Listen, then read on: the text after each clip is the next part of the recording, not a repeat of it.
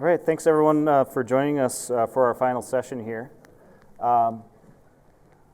Sorry to repeat myself if you've been in this room for the entire night. My name is Scott Williams. I'm the Research and Education Coordinator for the Wisconsin Energy Institute and one of the co-organizers for this event. If you're interested in sustainable energy education, I coordinate a couple of energy certificate programs at the undergrad and graduate level. So go to energy.wis.edu or come talk to me afterwards if you're interested. Now, we've heard some great discussions so far on the intersection of climate change with both local and global concerns. And so for this final session, we want to shift the discussion to campus action on climate change and many different ways that people can get involved. So we'll start with the panel discussion here, featuring we've got UW students, staff, and faculty who are demonstrating the many different ways we can take action. And that will include a presentation also at the very end on a kind of a new framework for how we think about and track our climate actions as a campus. And then following the panel, we'll ask you to continue the conversation in the atrium just around the corner where you all got food during the break. We've got tables and chairs set up, as well as discussion facilitators and note takers to get your feedback on tonight's discussions and the Campus Climate Action Framework.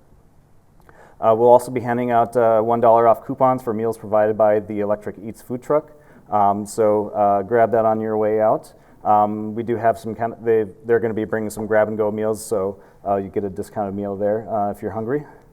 And then I'll share a little bit more instructions for that after the break, after the panel discussion here. So maybe I'll start with the far end and work this way. We've got Pranav Srivastav, great, who's the president of the senior class. Ashley Cheung, who is the chair of Associated Students of Madison Sustainability Committee. Steph, who's a professor at the UW Law School, and Nathanyondle, who's assistant director of the UW Office of Sustainability. So maybe Pranav will start off. So the kind of the frame question is really introducing yourselves and share about your current involvement in climate action or sustainability on campus. Hello, is it on? Okay, cool. Hey guys, my name is Pranav Srivastav. Like I was introduced, I'm the current president of the senior class here at UW-Madison, studying finance, economics, and art history. I've always been very interested at sort of the intersection of pretty much social equity and social justice, and always wanted to sort of work in the renewable energy space, as well as things like increasing access to affordable housing. Those are things that I've always been very passionate about and things that I've been working towards. More specific to the climate space, here at UW, I am currently leading a divestment effort. So, our initiative is to be unveiled and to be coming out pretty soon here. So that's one aspect of my involvement. Additionally, one of my responsibilities as a part of the senior class office is creating and executing upon the senior class gift. So this year, it was actually just announced today that we are partnering with the Green Fund as the 2022 senior class gift. So I'm very excited. If any of you guys are inclined to, make a donation or help spread the word, that would be greatly appreciated. And then after college, I've taken a job in Houston, which is pretty interesting, in the clean energy space. So that's where I'll be going after graduation in a couple of months here, which is pretty scary, but that's me. Hi, everyone. My name is Ashley Cheung, and my pronouns are she, her. I'm an undergraduate Posse Scholar here at UW-Madison, second year, studying conservation biology and community and environmental sociology. And I'm also the chair for the Associated Students of Madison Sustainability Committee. And so I lead committee meetings and I work with different student leaders and students and do a lot of community building. I work with organizations like CLEAN, Campus Leaders for Energy Action Now, and WSCAC. And we basically work on different campaigns to try and let the campus know what students want for sustainability goals and what we want to see happen. So one of our biggest efforts is also fossil fuel divestment.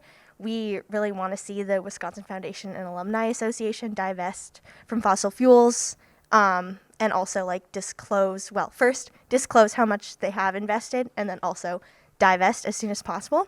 And so I'm helping lead student efforts to advocate for that. And so we sit in on Board of Regents meetings and Faculty Senate meetings, and we talk with administrators and communicate across campus to try and organize.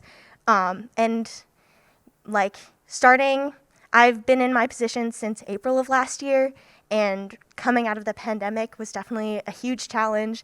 I'm only a sophomore, so like I only know so much, and coming here and just like being in community with so many other students who care about this and like want to show up for sustainability and climate change on campus has really been what has made it worth it.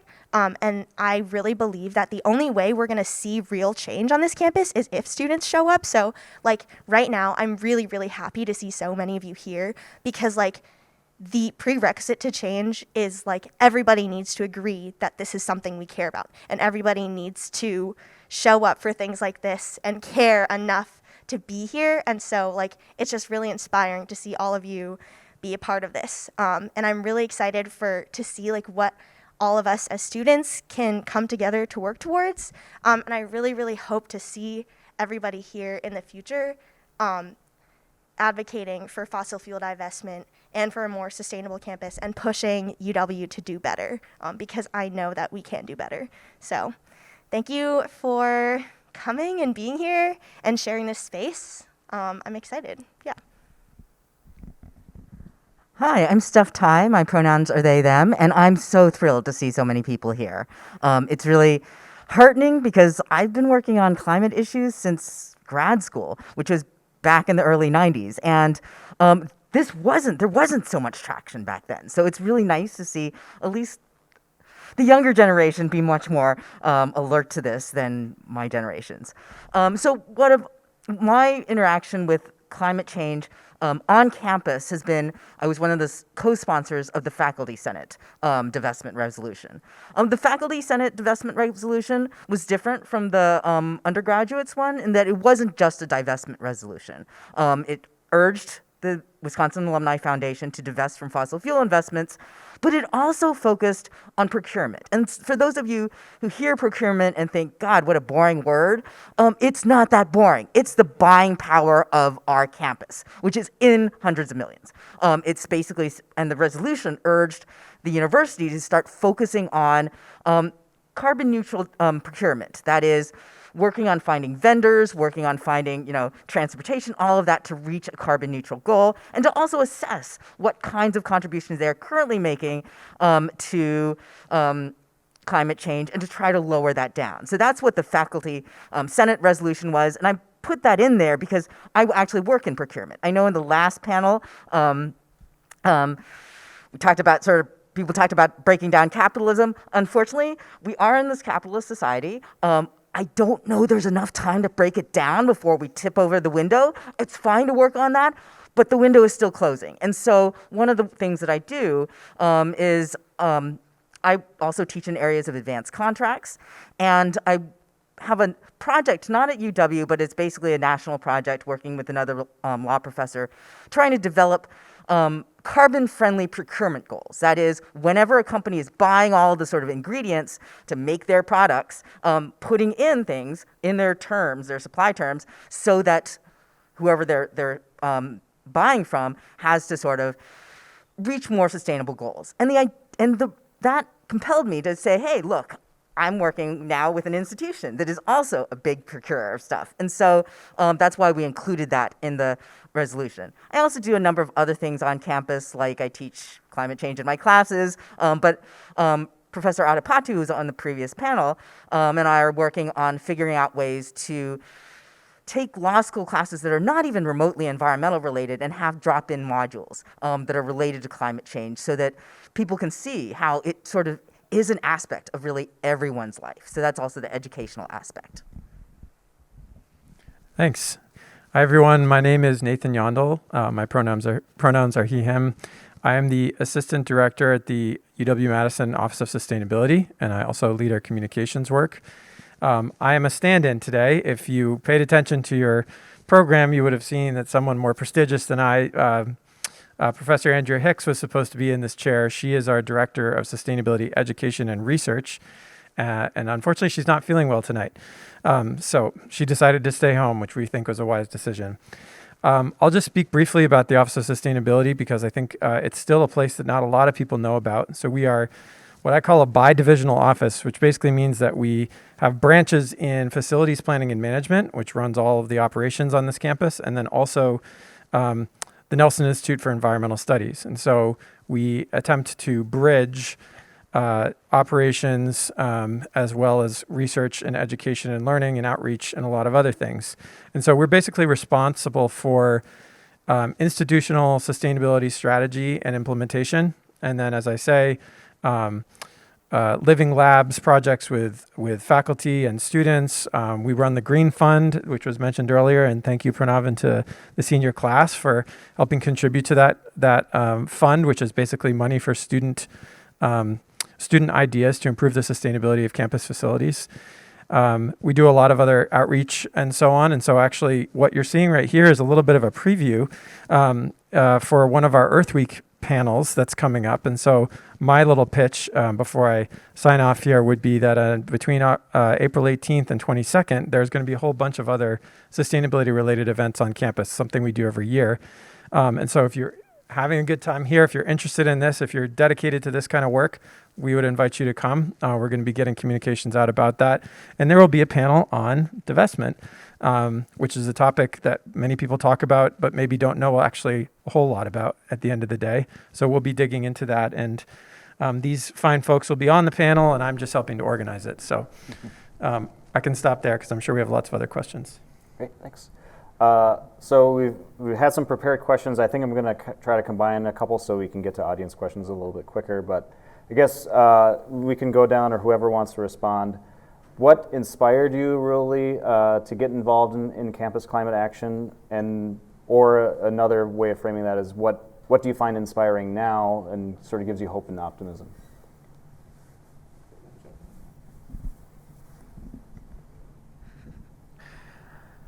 All right, so I guess the way I've always sort of, grown up, I've always been very interested in the political landscape and governance overall and how, I guess, society is structured. And I think really the past 4 years have been really enlightening to me in terms of, exposing the deficiencies in current structure. And obviously, in the context of climate change, in the society that we live in, extremely capitalist, hyper-capitalist, climate change is definitely on the back burner for a lot of people's, daily lives. They don't really think about it on a daily basis. Obviously, that's really problematic. So I think sort of bridging that gap and sort of understanding, what are the consequences of, a societal structure that we have currently, and how does it need to adapt, and how can it adapt, and how can I be someone to help it adapt? Those are definitely the motivating factors for me and why I'm so passionate about this space. Like I mentioned earlier, other things that I'm really passionate about just in general are, how as a society can we be most equitable, not only in my community, and in my county, in my state, in my nation, but in the world and across the world. And I think we need passionate leaders in this space to help convey those ideals, because I think more often than not they overlap, and things of issues of climate change so often intersect with other societal issues. So I think the fact that it's very much at the intersection of things like social justice and things that I'm also passionate about, like engineering and innovation and finance broadly, it's really a melting pot of those issues, and for me that's why it's so motivating and why I'm so excited to be working in the space after graduation. So one of the things that stuck out to me from the first panel, the one about like food justice and climate change, was Michael Bell, the chair for CNE Soc, which is my major, said this phrase, "We need to begin to value what we value." And that sounds very strange to hear, but like, we need to realize that like our values in this society are very based on like money and success, right? And so those things are good, but like when the climate and our planet is at stake here, like we need to realign and rethink about what we value. And when we think about that, we also need to change our actions and what we spend our time on. And so the biggest thing that has brought me inspiration in my time here is seeing people do that, is seeing people learn how to value each other and value the planet and value this community, UW-Madison, and think about, okay, what builds this place and how can we make it better? And when people come and show up right now like you are, and when people come to like March 4th to Earth Day and just come get free food and talk to each other, when people do that, that is what drives me and makes me feel like I want to be here. And so I really, really hope that like we can continue to realign and value what needs to be valued, and shift our priorities and shift our time and look each other in the eyes and see what matters and see that humanity and like our lives and our futures are what is at stake. And as people continue to do that together, that is what is so meaningful to me. I guess for me, I sort of characterize myself as an accidental environmentalist. How I even got interested in sort of these types of issues was because I happened to work for a professor when I was in college who was one of the people who discovered anthropogenic ozone depletion. He later on won a Nobel Prize for it, but he always talked about how important it was for scientists to get into actually informing decision makers about global issues. And you know, he was one of the rare chemists who actually testified before Congress, and something got done.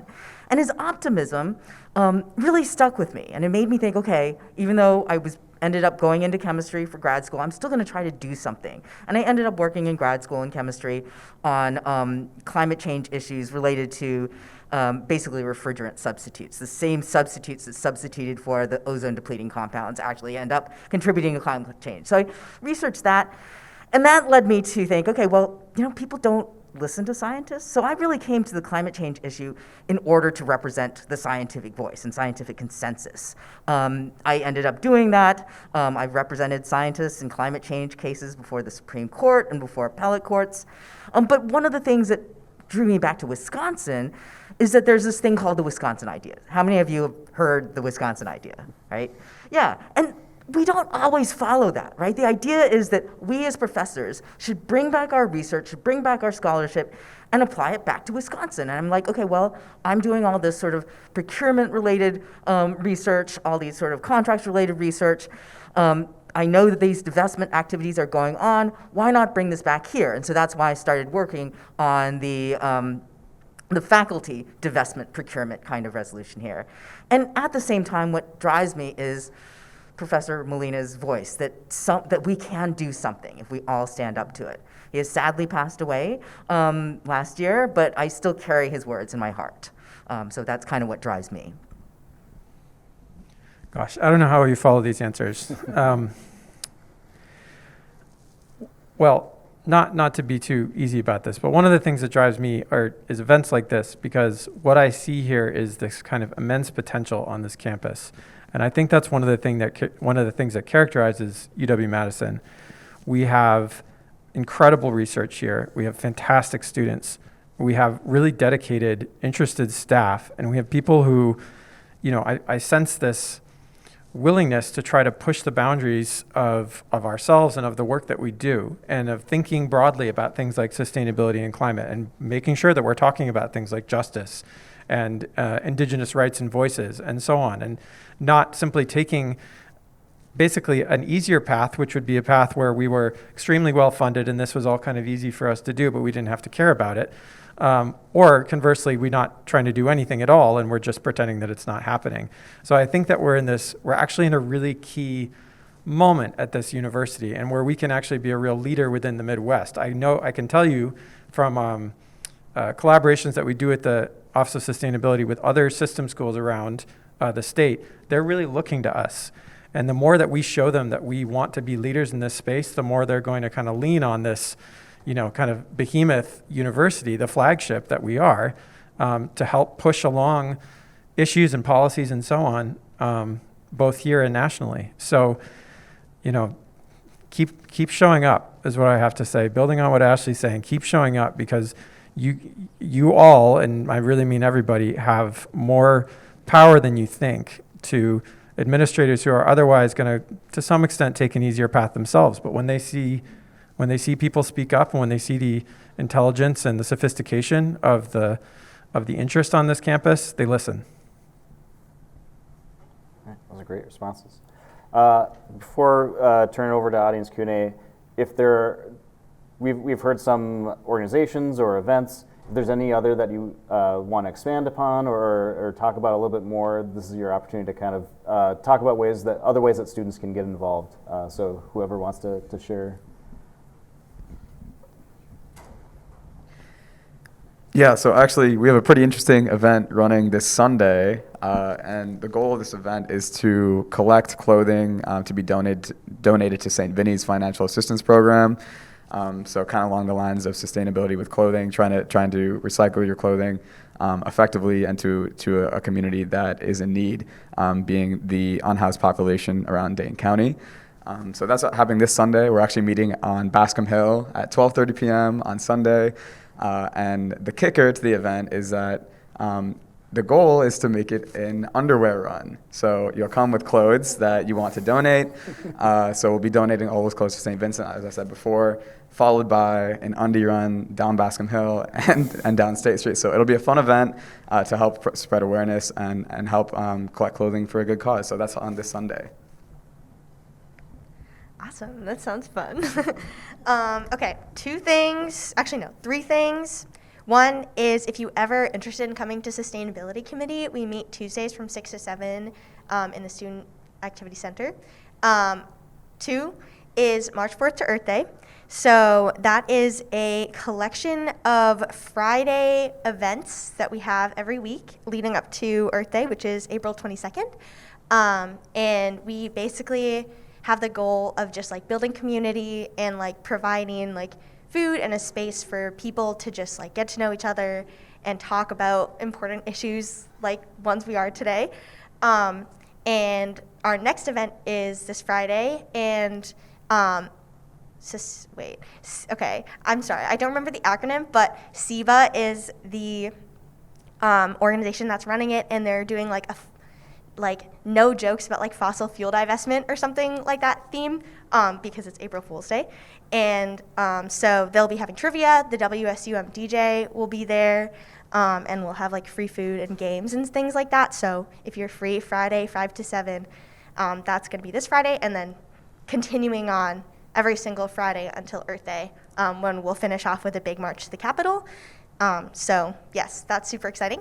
And then the last thing I wanted to talk about was next Thursday, April 8th to Thursday,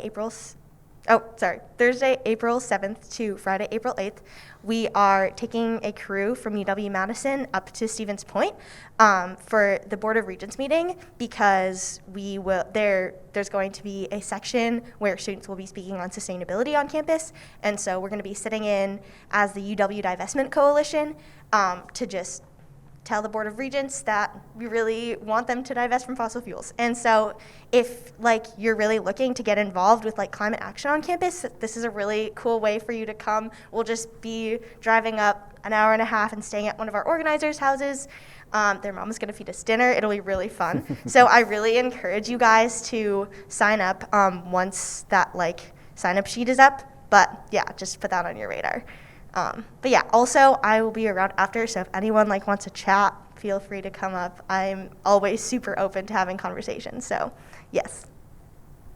So this isn't an organization, but I just want to say vote. Vote every single election. Even if you don't think that the candidate there that is maybe the closest one to your views is really standing up for enough, it still matters. It still matters because coalition building needs even the sort of it needs to have enough people to make a coalition.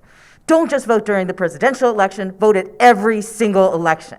The midterms matter, and I'm not just talking on the federal level, I'm talking at the Wisconsin state level. If you're thinking on the federal level, voting gets judges appointed, and judges can make a lot of difference. Right now, there's a case before the Supreme Court that might, depending on the way it goes, completely limit the federal government's ability to regulate fossil fuels. And I'm not kidding. It's before the Supreme Court, and that's because there's a lot of justices who are even climate deniers. So vote at those levels, but vote at the state levels. There's a lot of climate action that gets done at the state levels. A number of states, Minnesota, California, New York, they've started climate action plans to actually reduce carbon emissions from those states using a lot of different policy tools. The only way to get that done is by voting in state elections and getting legislatures and governors who are on your side. League of Conservation Voters has great sort of ratings on all of these, so just vote every single time. Don't slack off, vote, vote, vote. Vote, definitely vote. That is truly probably one of the most important things you can do. I'll just say briefly, kind of focusing on campus, we will be doing what we're calling a sustainability roadshow. I'm looking at the guy in the audience who's going to be helping to run this in the coming months, and we're going to be going around to different groups of faculty and staff and students as well, I think, to talk about kind of what our sustainability efforts are and get feedback and try to kind of activate the community around that. So keep your eyes open for that. I would again encourage you to participate in these Earth Week events, which cover a lot of different topics. And we're also kind of got some fun things too, like we're doing a campus cleanup, and there's going to be, clothing swaps and book swaps and all of that kind of stuff. The other thing I'll do, and I'll say, and I know this is going to sound self-serving, and it is, but it's for a good reason, I swear, is to follow what the Office of Sustainability is doing and try to stay informed, because we hear a lot that people don't know what's happening, that it's the university is not transparent about what's happening with sustainability, that there's no updates. There are. It can be hard to sift them out from everything else that you're getting, that maybe you're not following us, maybe you're not reading the newsletters, maybe whatever. We all have reasons. I skip these things too. But I would just say, if you're interested in this space, we do try to act as a hub for as much good information around sustainability on campus as we can, and also to give people opportunities to make their voices heard. So we'll have listening sessions, or we'll have surveys, full cross-campus surveys, things like that. So it's not just, I'm trying to share with you a story. It's, I want you to talk back to us. So. Great. All right, we'll open it up to audience Q&A. Wait for a mic to come to you, because we are recording this.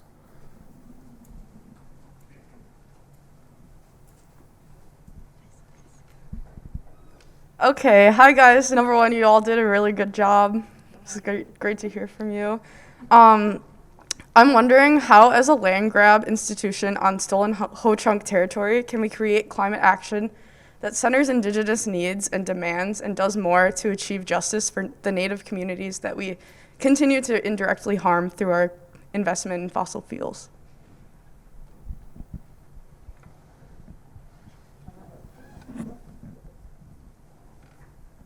So I think that's a great question, and I don't think that this university has a very good answer for it.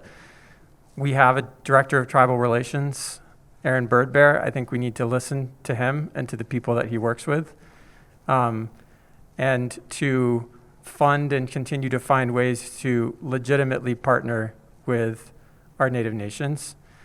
And that includes thinking about ways that we can integrate basically a different belief system, different set of belief systems into the way that we design and run this campus.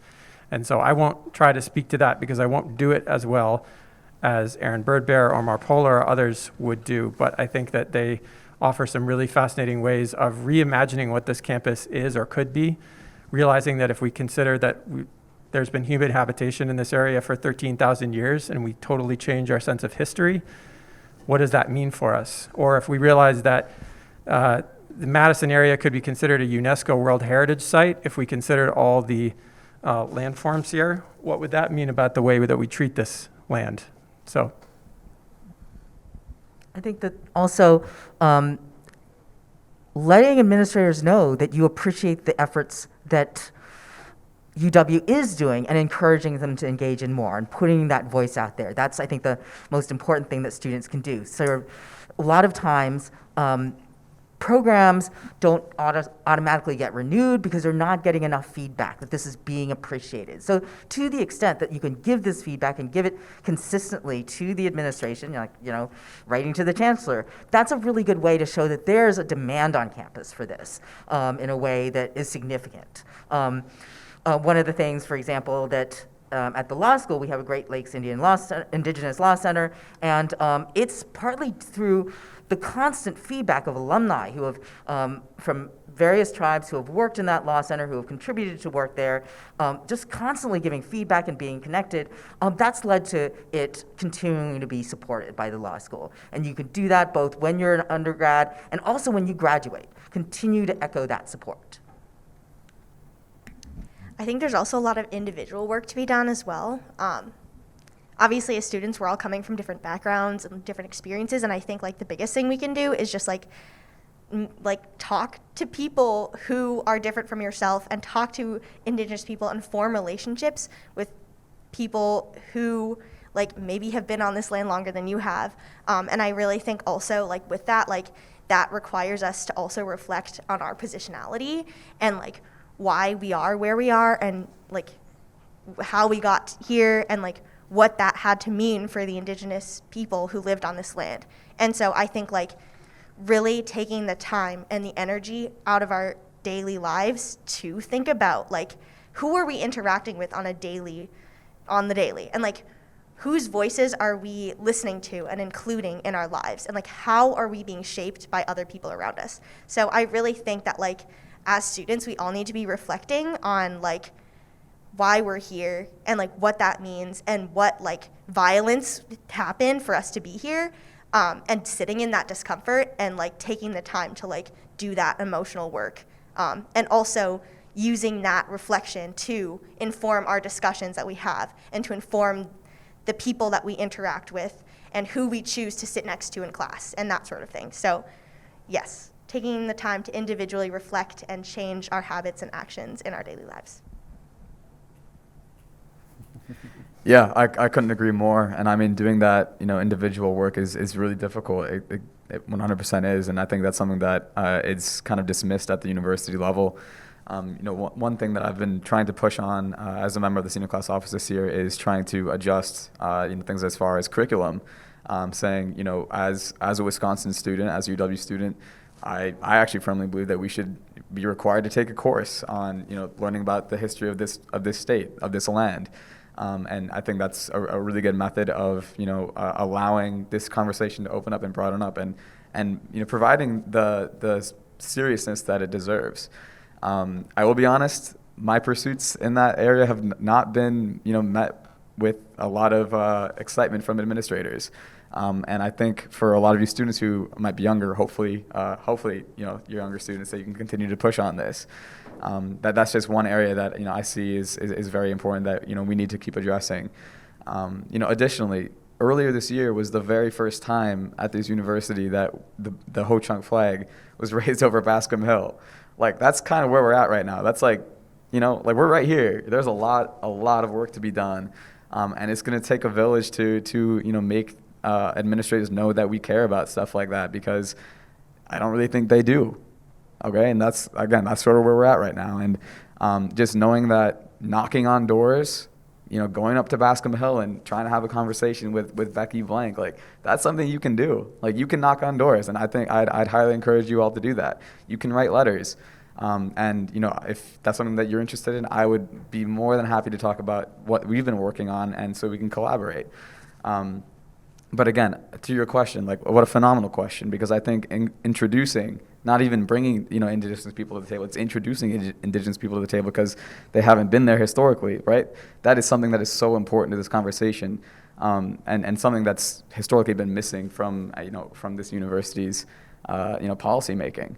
I guess one more effort that we've been working on is, it almost seems trivial that it hasn't happened before, but it's including, the First Nations flags on stage at commencement. That might seem a little superficial, but something that's something that I firmly believe should be happening, and that's something that we're working towards. But the difficulty and the bureaucracy at play is just so evident and apparent. And it's disheartening, but the good thing is we have a community right here.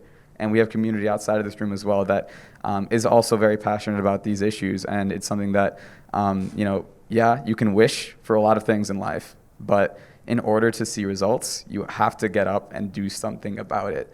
And that's what I'm sort of here to encourage you all to do and continue in the footsteps that, some other students have laid before you. So that's my 2 cents. I hate to keep beating the same drum, but this is also an area where voting matters. Because right now there is a bill before the legislature that would make anti-ethnic studies, including indigenous studies, requirement by the university to be able to be fulfilled by taking a class on the Constitution and Bill of Rights. It is likely to be vetoed, but and I can't tell you, because by way of various legal requirements, I can't tell you who to vote for. But voting matters is all I'm saying, and that's all I really can say. Voting really matters because it's this legislature that is proposing this, and those are elected officials. This is why voting matters. To add on to that, there is in-person absentee voting locations at Union South, so you can go and just show up. I think as long as you have your WIS card, you can print off your voter ID and get registered all in one go. So I really encourage you guys to go out and vote. That's open till Friday, and then there's also in-person absentee voting at the city clerk's office, which is just a short walk away from campus. And I'll actually be working at the polls, so if you come, you can come say hi to me on Saturday. But yes. Maybe one more quick question, and then we've got a little bit of a framework that we wanted to present on before we do the discussion.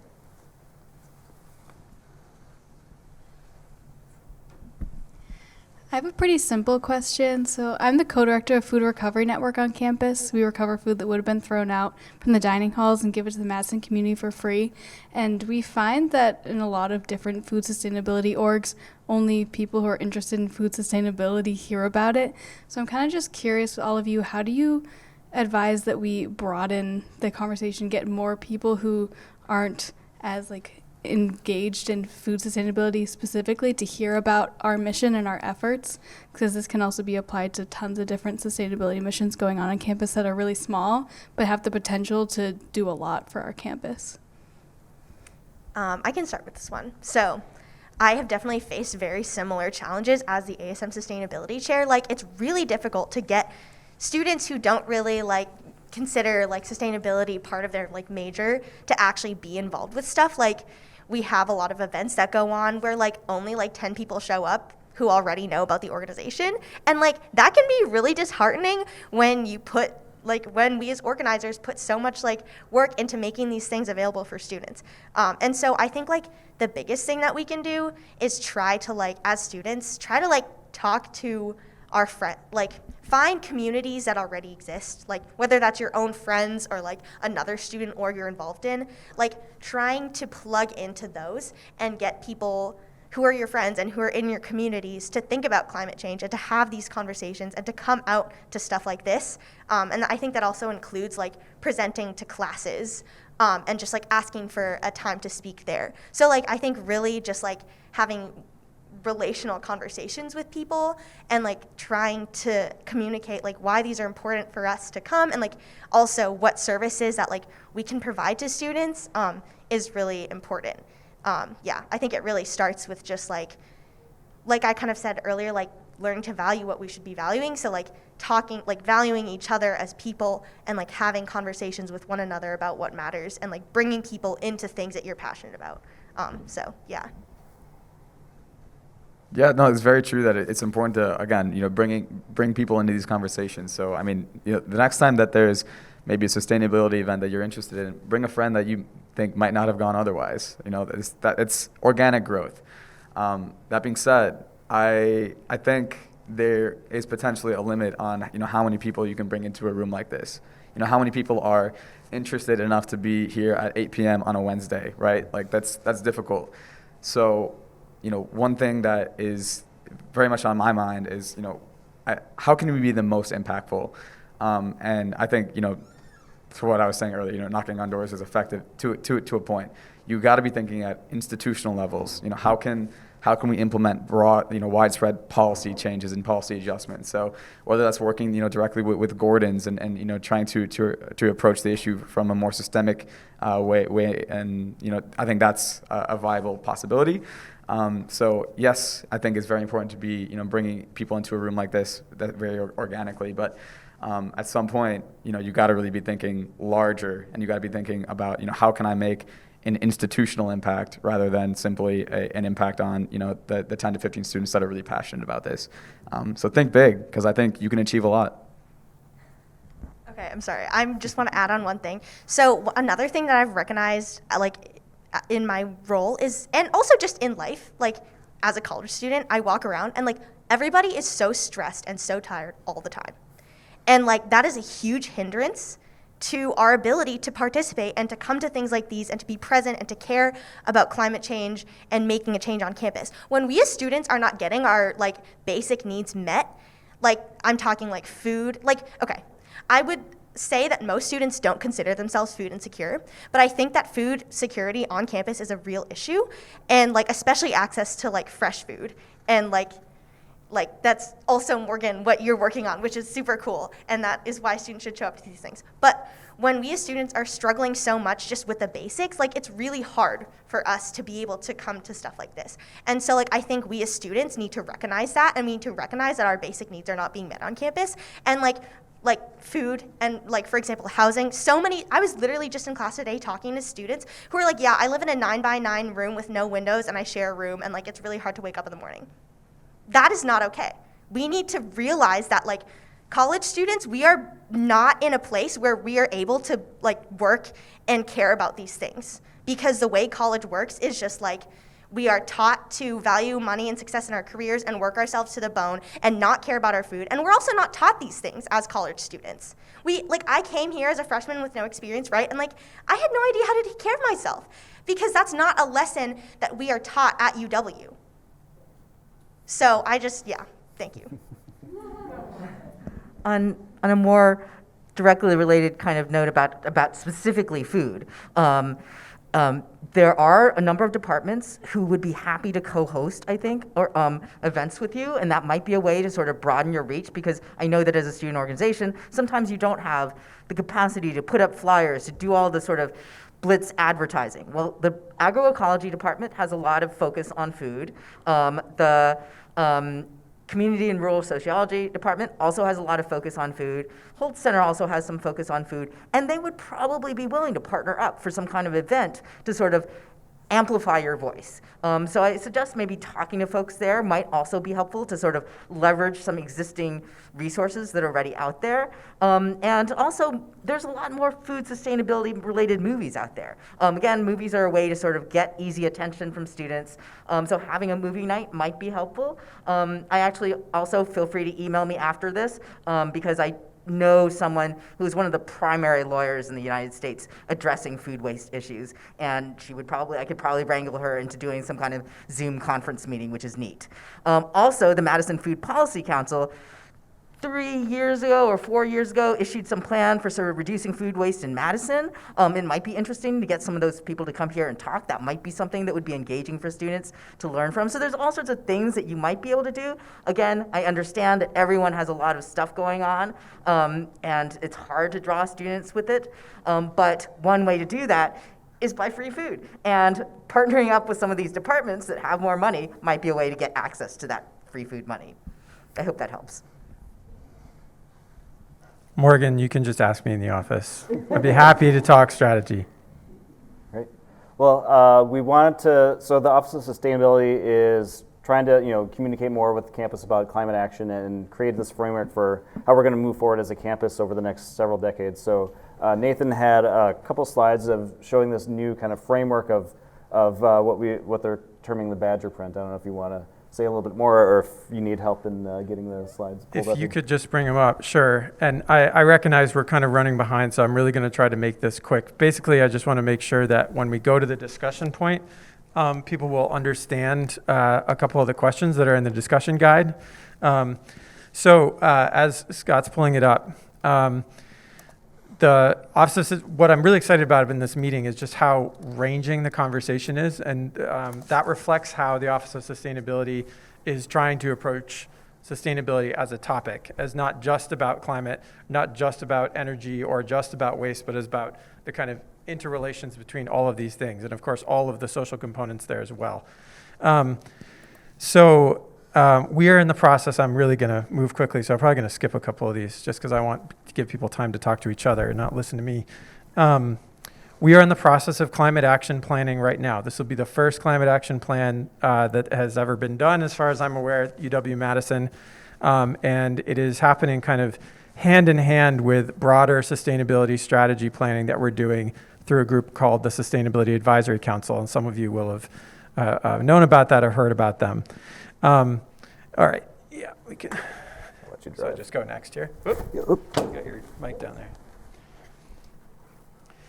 Okay, I'm just going to point to the image on the right. The image on the left is the vision of sustainability that was laid out in 2010 by the Sustainability Task Force report, which was kind of like the beginning of sustainability on this campus, not the beginning of environmental studies or anything else like that, but the beginning of kind of institutional sustainability so far as I'm aware.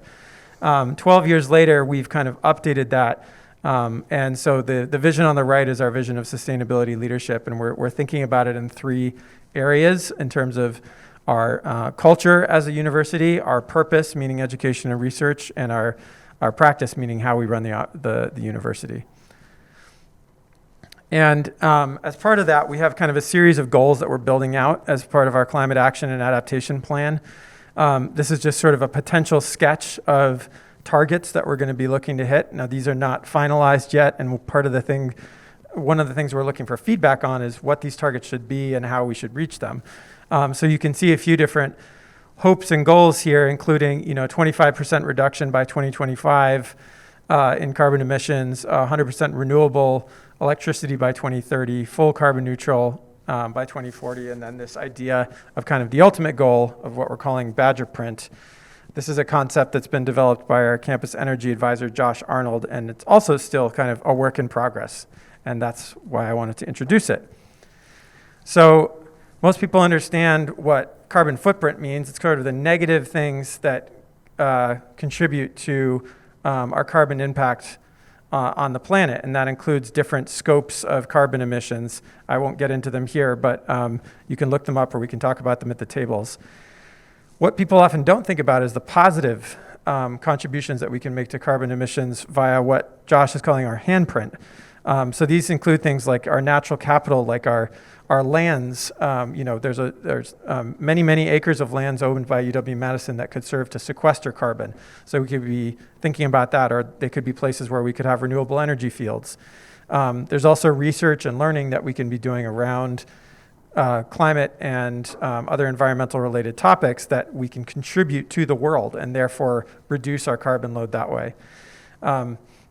And then there's this kind of middle idea, aura, which is sort of these other components, the less maybe concrete ways in which we can contribute, including things like art and humanities, kind of innovative ideas, incorporating JEDI principles into the work that we do. And so the concept of Badger Print is sort of bringing all of these things together and creating an equitable, resilient, regenerative UW-Madison. So again, we're trying to kind of make handprint and footprint equal each other. It's kind of one way to look at it. So this is like the super quick overview. I said I was going to make it quick, and I understand if you're a little bit confused still, but in the questions that you're going to be asked at the breakout tables, you're going to be able to kind of think through this a little bit and also think about all the insight that you got from the previous panels. And we are interested in any feedback you have about this schema for thinking about reducing our climate impact. Okay, thanks. Thanks, Nathan. And thanks to all our panelists. Let's give them all a round of applause.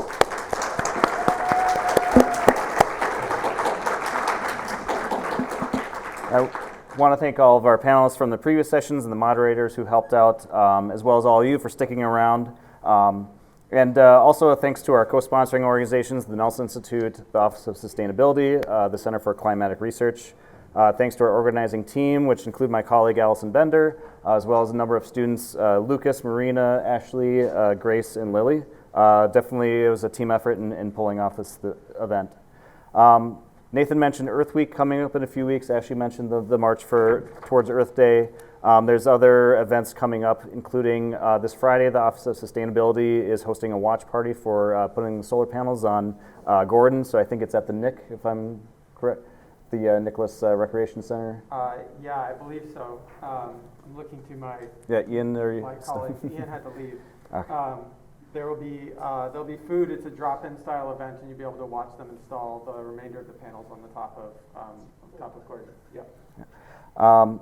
There's also the Nelson Institute Earth Day Conference, which is a full-day conference on April 21st, which is part of also included in this broader Earth Week from April 18th through the 22nd.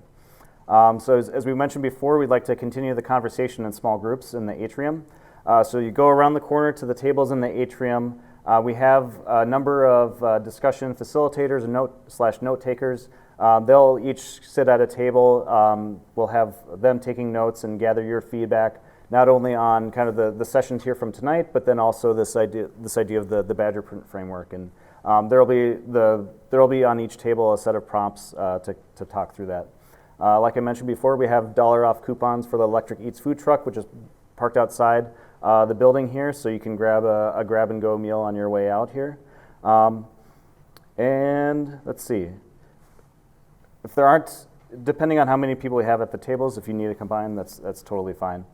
And I'm feeling really inspired by this discussion here, and there's a great quote that Catherine Hayhoe, who's a climate scientist, professor at Texas Tech University and now chief scientist for the Nature Conservancy.